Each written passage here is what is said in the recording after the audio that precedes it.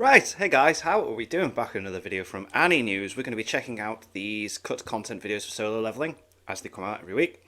And he said he's going to be doing other videos, such, like how he does sometimes, how strong's this character, certain power systems explained, stuff like that. But for now, we're just on the cut content for episode 1.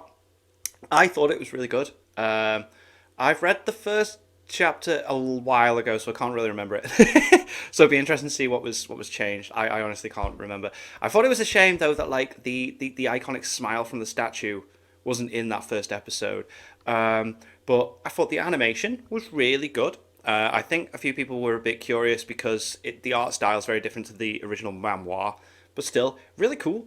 The animals and monsters and that weren't CG; it was all animated. It looked really smooth, and yeah, I was very happy with it. I thought it was a very good opening episode. It explained the world very well. Didn't throw too much in your face. Explained how the dungeons work, the rankings, when it all started, the side story that seems to be going on with the government trying to capitalize on stuff you get in the dungeons to create a new power source, things like that. And yeah, I thought it was a great opening episode. Let's see what was cut out or changed. This was pretty good. It was, yeah. I will admit It was. I had my doubts, but after seeing the first episode, the pacing and the fluid animation, I think Solo Leveling might actually be in pretty good hands with this one. Yeah, I'm happy to be checking this out every week. This is going to be boss. Of course, it's not panel perfect like how Frieren is, but when it comes to comparing it with the webcomic, the dark tone and gritty action is captured fairly nicely. Now, I'm sure that's something plenty of you have read already, so I'm not just going to be comparing the anime to the webcomic, but I'll also talk about how it compares to the novels too. Cool. The original publication that came out 3 years before the webcomic did. All right. It's here there's plenty more lore related to the world and the hunters within, so whether you're anime only or someone who's read the manhwa, this video and the ones to follow it will talk about all Solo Leveling has to offer. Cool. It's a completely spoiler-free review of what the anime doesn't show us. So, if you want to see weekly videos just like this one, then consider subscribing since there'll be plenty more of them. Man, if you're not subscribed to Annie News, you need to subscribe, man. He does such great videos. Let's get started. It's an interesting choice to start the anime with the teaser for one of the best arcs in the entire series, but what I think this means, or at least hope this means, is that they might be planning to eventually get to it. Oh, right, because it said 3 years ago, and then went back to present day. Okay. The tease itself does highlight the core elements of Solo Leveling, so as an introduction to this brand new world, it does do its purpose and familiarizes us with it. We were shown hunters and the monsters they face, as well as the immense power both sides were capable of. Yeah. The threat of death was made apparent right from the get-go, and the tone of such battles were made clear as well. The way that guy just rips off this, and then just throws it straight through. It was so cool. The thing is, this isn't the way that Solo Leveling actually started. Oh. It's an excerpt from the 13th arc of the webtoon.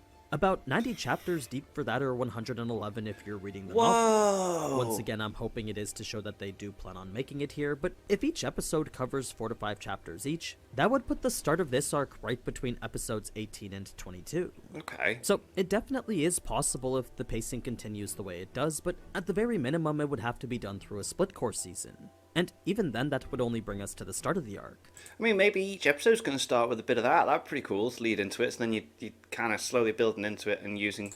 So, despite Solo Leveling being listed for 12 episodes only, I wouldn't be it's gonna surprised come if back they for a announced second its season. continuation shortly after that. Gonna have a second season. Now, where Solo Leveling really starts is with the introduction of our world's weakest hunter, Sung. Right. There were plans to localize his name to something like Shun Mizashino. You see, because I was watching that opening and I was like, I don't remember reading this. Even though I read the opening chapter like ages ago, I was like, I do not remember any of this happening. So, right, makes sense. But that's a change only present in Japan's TV version of the anime. Right. The version we have from Crunchyroll and Aniplex is separately voiced to include the character names that we know.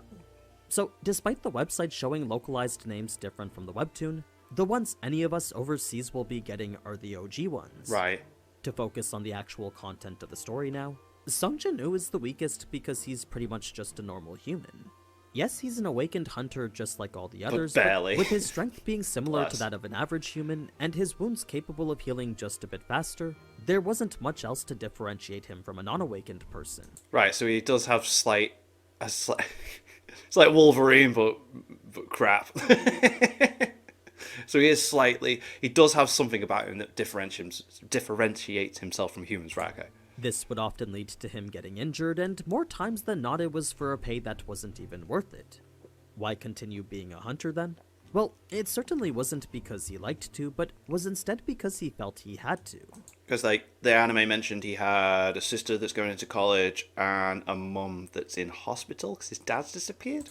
Because the Hunters Association had a medical aid payout tied to their payroll, this was a massive help in funding his mother's medical bills. It didn't mention that. If it wasn't, then Sung Jin-woo would have given up his hunter's license years ago. It didn't mention the medical He had no aid. problem going and getting an ordinary job, but it's just that it wouldn't support his sickly mother the way that hunting did. That makes even more sense, right? Yeah, because like he could just stop hunting and get an actual normal job, but if there's medical aid on top of this, right, that makes more sense. After all, a 24-year-old man with no special talents or background. Cool.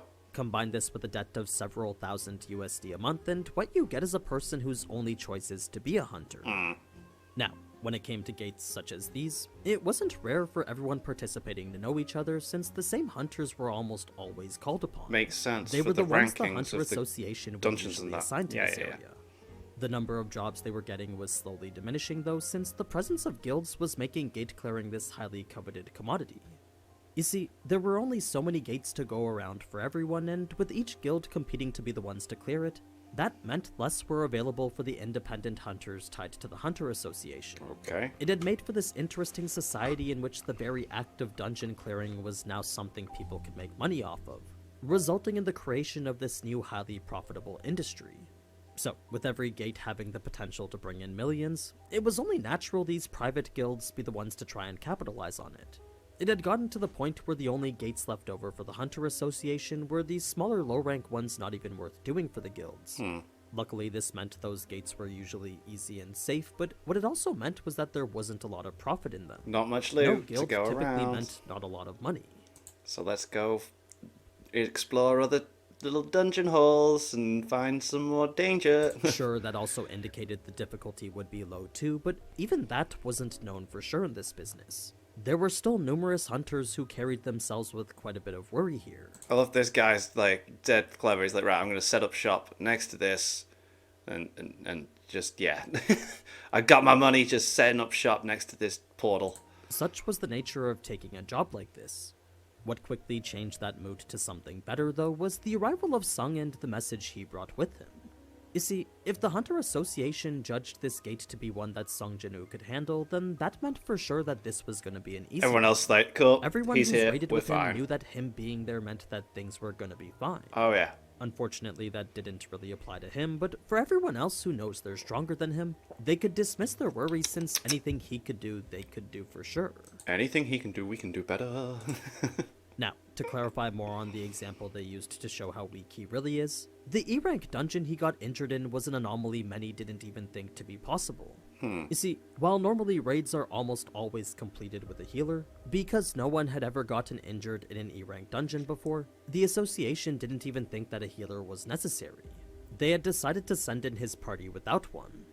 So, when Sung Jin-woo did inevitably get hurt, the lack of a healer meant that he would have to spend the next week in a hospital. Right, so it wasn't that they just couldn't be bothered putting a healer in, it's just when it's E rank, they just don't have one anyway, right? Recovering from a wound that no one else thought was even possible.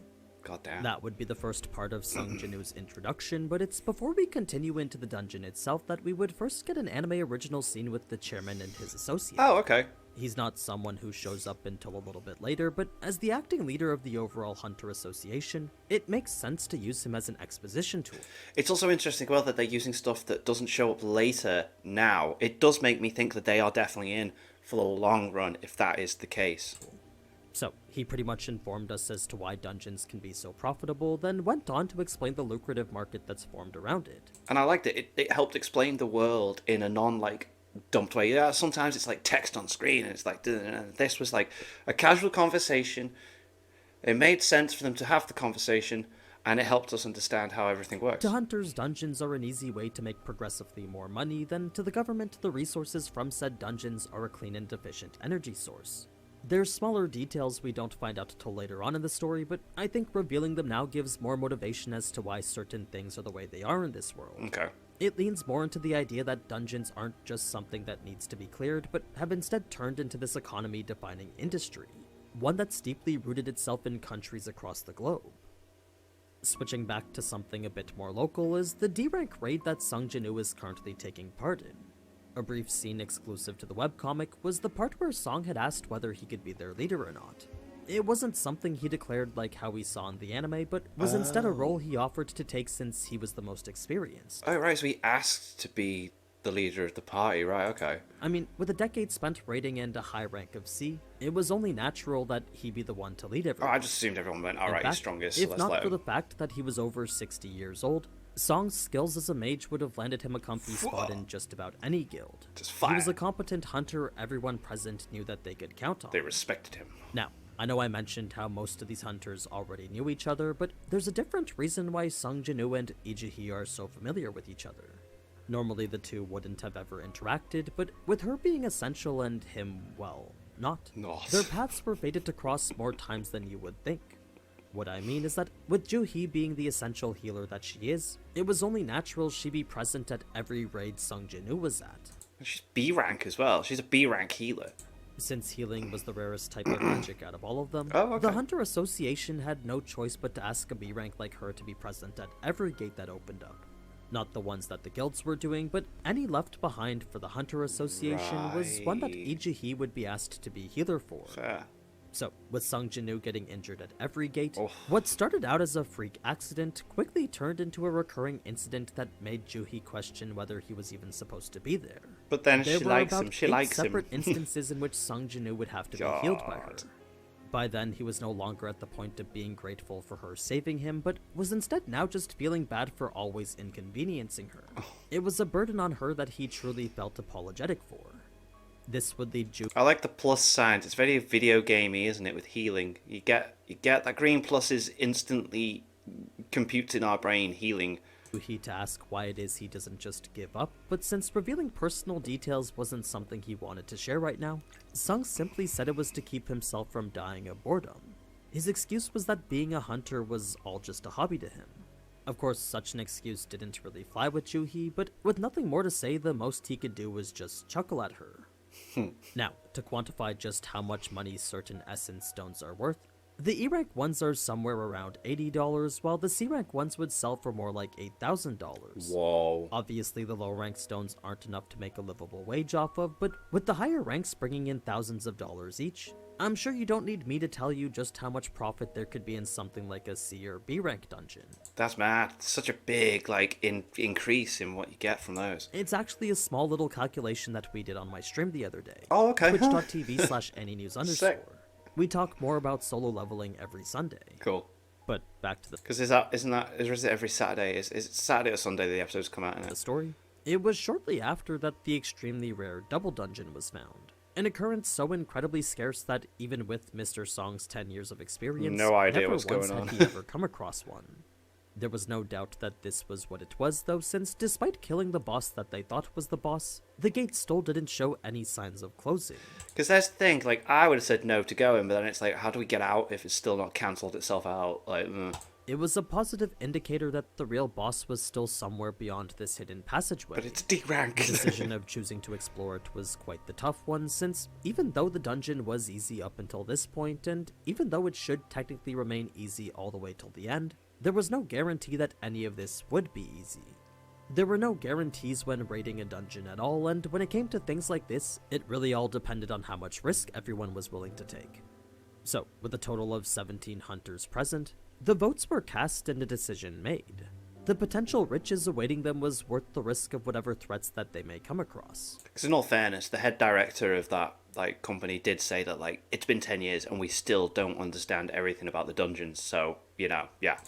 The passage turned out to be even longer than expected, though, since even after 40 minutes of walking, nothing seemed to indicate that they were getting So they kept anywhere. that the same. If the path had continued for 20 minutes more, then the group would have had no choice but to turn back and leave. Reason being that after a boss is defeated and dungeon cleared, the hunters within only have 1 hour to escape it. If they don't, then the gate will close and they'd be trapped forever. Right, so that's why they said we still have 20 minutes afterwards. Don't think they explained the whole hour thing, but that makes sense, right? Then the maths the maths adds up. So, if walking to the boss room was to take 1 hour or Yeah, they didn't mention the hour thing more, in then the the risk anime. of getting trapped inside would be exponentially greater. Sure, they could run and make it back in less than an hour, but Yeah. with time also being needed to scavenge and gather Sorry. loot, they would definitely be cutting it close and risk getting trapped forever. He didn't even get It's halfway when the there. door finally showed up that the peculiarity of such an entrance really did make everyone nervous, like it was some sort of Dark did he? Souls fog gate. I mean, it was clear the doors were intimidating to everyone, and the odd nature of its presence definitely instilled Wow. doubt. The art on the man was fantastic. Song could tell that this was the case, so before they could let their uncertainties get the best of them, he quickly flipped the conversation by exploiting a few key logical fallacies. Not only did he use his position of power to instill fake confidence, but he also applied guilt by saying he would continue alone if he had to. Oh. So, by being this elder veteran and saying he would enter regardless, he had simultaneously eased all the anxiety everyone was feeling, as well as coerced them into thinking they would be losing out if they didn't go. Okay, yeah, because everyone was just like, yeah, let's go. Let's just push this door open. Let's get in there. Let's find some loot. He had essentially single-handedly persuaded the group into walking towards their doom. You know, 'cause, like, people came from the back and everything. I was like, yeah, let's go. Of course, the thought of becoming rich didn't help either, but that was more so hearsay from rumors. Sure, everyone says there's incredible treasures hidden within double dungeons, but the only real story was the small guild who apparently grew massive from one. They had supposedly found a double dungeon and used the profits from it to grow exponentially practically overnight. Okay. So, with that being what everyone was potentially walking away from, no one wanted to let Song get all the treasure for himself. Ah. The reason being that the way treasure worked when it came to raids was that, unlike essence stones which were procured individually, treasure was divided equally among everyone. Oh. What that meant was that even if Sung Jin-woo didn't do any fighting, by just being there at the end he would get an equal cut of any treasure that was found. The rest was mental gymnastics going towards how the monsters should be just as easy as the earlier ones, and that was that for choosing whether to enter or not. Right, so the treasure. So if he just chills in the back, still gets it. Okay. Now, I'm sure you don't need me to tell you just how massive the room they entered Yo. was, but to give you a true idea of its actual scale, it was about the size of 4 Olympic stadiums combined together. Oh. That's 320,000 square meters of open space, or a giant Jesus. boss room with a diameter of 2 kilometers. Whoa. The main statue was bigger than the Statue of Liberty, so in anime Oh, terms that's God. even taller than the Colossal Titan. Damn. All in all, it was a truly grand space that no one could have even imagined. Taller than the Colossal Titan. Whoa. Now, I won't jump into the events of the disaster just yet, but what I will mention before ending this video is the runic inscription Song had translated for everyone. These aren't words that can be found anywhere on Earth, but are instead a unique language solely To the discovered in dungeons. dungeons. Right. They're also not words any normal human can decipher, since only hunters capable of magic can read them. Ah. What I mean is that only the hunters who awakened to magic-related professions are capable of understanding the runic alphabet these words are written in. So, with that leading us towards the big cliffhanger, I think we can end things off here and pick things up next week. Cool. You can be sure to find another solo leveling video right here on Monday or Tuesday. If you want to know exactly when, then be sure to subscribe with notifications turned on. But yeah, what did you guys think of the I episode? thought it was boss. I'm curious to hear I really the liked opinions it. of anime-onlys as well as those who've read the manhwa too. So, whether you liked it or not, or whether you're someone Because this is an interesting B plot as well. It's like, what is going on here? But, you know, it's kind of cool. who's read it, let me know down in the comments. Now, before I go, a huge thanks to those who are members of the channel.